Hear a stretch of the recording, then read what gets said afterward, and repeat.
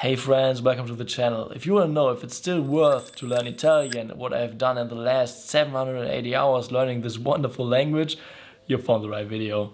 Los geht's! My name is Dustin, I'm an IT project manager from Germany. On this channel we create content that helps us to be more productive, to learn new things, especially languages, and to live a happier and more fulfilling life. Language learning is a marathon, not a sprint, and it takes a long time, especially the more advanced we get, the slower the progress will be. Thus, it's important that we stay motivated over the long run. We can do that in part by consuming comprehensible and compelling input. So comprehensible means it's at the right level for you, that you can understand it, while compelling means that it's interesting to you in specific, like watching YouTube videos about intriguing topics, or listening to great podcasts, or reading interesting books, those kind of things. Then it's also important to produce the language by speaking and or writing. I do the speaking part mostly online, and I'm using a tool called italki for that. I've already made a video about that, and I will also link it most likely somewhere here. But then what's really rewarding and motivating is when you can actually speak the language and communicate with native speakers in a foreign country or in other places where the language gets spoken. And this is what we'll be talking about today. And I will also do it in Italian, that you can see my real level of progress. Allora, adesso parliamo delle esperienze che ho avuto in Italia durante la mia vacazione. Abbiamo dei amici che vivono a Parma e durante il lungo weekend del Pasqua abbiamo pranzato con tutta la famiglia e potevo parlare in italiano per qualche ora di fila, sì, e c'era un'esperienza meravigliosa, e tutte le ore passate con la lingua ne vale la pena, e ho anche ricevuto molti complimenti per il mio livello di italiano, e penso che sia un grande segno di rispetto se impari una lingua per essere capace di parlare con altre persone in la loro madrelingua. Sì, c'era un'esperienza meravigliosa. Allora, la prossima esperienza, lo smartphone della mia ragazza si è rotto quando eravamo in Italia, e ho trovato un piccolo shop dove ho parlato solo in italiano per domandare che loro possono riparare lo smartphone, e tutto ha funzionato, e adesso lo smartphone è come nuovo. E sì, è anche un buon sentimento di essere capace di fare tutte le cose in un'altra lingua, e anche in Italia e anche in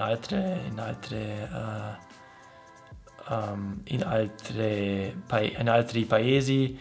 Non tutte le persone possono parlare, per esempio, inglese, e penso che sia ancora molto utile di parlare altre lingue. Allora, la prossima esperienza era l'esperienza delle gomme. Ho anche chiesto come funzionava una macchina per mettere l'aria sulle gomme della macchina. Oh, sì. Per la pressione dei pneumatici, e in una stazione di servizio, e ha anche funzionato molto bene, ma era solo una una breve conversazione. La prossima esperienza era durante una degustazione degli aperitivi. Degli aperitivi? Ancora difficile di sapere come dirlo, ma ok. Abbiamo prenotato su Airbnb una degustazione a Verona ed è stato davvero bello.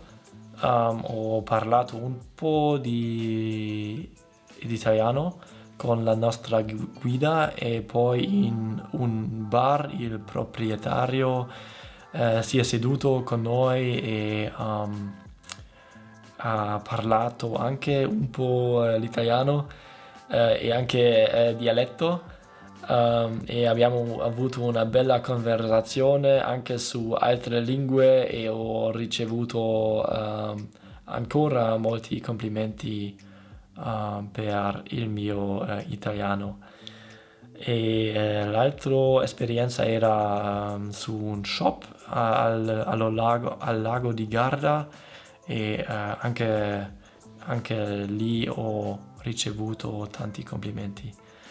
E c'erano anche tante piccole occasioni, come ho fatto domande a diverse persone su diversi temi della vita quotidiana e non ho ancora una barriera di parlare l'italiano, ma faccio come se è una cosa normale. Sì, ho anche parlato con i nostri host di Airbnb e ha anche funzionato abbastanza bene. Sì, faccio ancora tanti errori, ma in generale sono, come si dice, funziono in italiano. Funziono? Posso funzionare in italiano? Posso farlo tutte le cose? Non lo so. Normalmente leggo solo un libro, ma non potevo resistere. Ho anche comprato 2 libri in una libreria di Donato Carrisi. Uno dei libri è questo. Donato Carrisi, La Casa delle Voci. E l'altro libro è in questo momento sotto la camera. Non posso mostrarti. Sì, e ho anche già trovato il libro su Audible e di questa maniera posso leggere e anche ascoltare questo libro e puoi vedere che la scrittura è abbastanza grande, ma prende ancora tempo per leggerlo. Ma va bene, è il primo libro che sto leggendo in italiano, o il primo libro che sto leggendo in italiano che è il primo libro che sto leggendo in italiano dove non uso Link come applicazione per rendere le cose più facili. Ma è una bella esperienza e non vedo l'ora di essere finito con il primo libro. E sì. It really pays off to spend lots of time learning a foreign language by yourself and then being able to connect to other people in their language and to actually talk to them. It'll be always different when you are able to speak their native tongue. Because if you speak your mother tongue, then it's way more filled with emotions. It's a different sentiment. The experience or the experiences you'll make will be way more enriching and nicer. Even nowadays, it's not given that everybody is speaking English, so it's still very useful to learn different languages. Of course, I still make many errors in Italian. I mean, that's just part of the deal. But I'm getting better and I can really say what I want to say and make myself understood. My goal is to reach a C1 level with Italian And I'm not there yet by any means, especially when it comes to complex structures with different times in one sentence. It can get really confusing, but I'm on a really good way. And what's also really interesting is that in Italy you have lots of cultural diversity. So from region to region, the food will change, the wine will change, but not only that, also the language will change and the dialect will change that the people speak. So here I'm not talking about Italian, but about completely different dialects. And those dialects are sometimes their own language, if you will. And that's also quite interesting. So for example, in Parma, they are speaking Parmigiano. And yeah, that's a different dialect. And I also plan in future to learn some words and phrases in that dialect. I think it will be a blast if I can use that and talk to my friends in Parma in that dialect. Please let me know in the comments if you have also made similar experiences or if you plan to do so in the future to stay abroad, for example. And if you found the video useful, please leave me a like and a subscription to the channel, and to not miss anything going forward, click on the notification bell. Thank you very much for watching and see you the next time.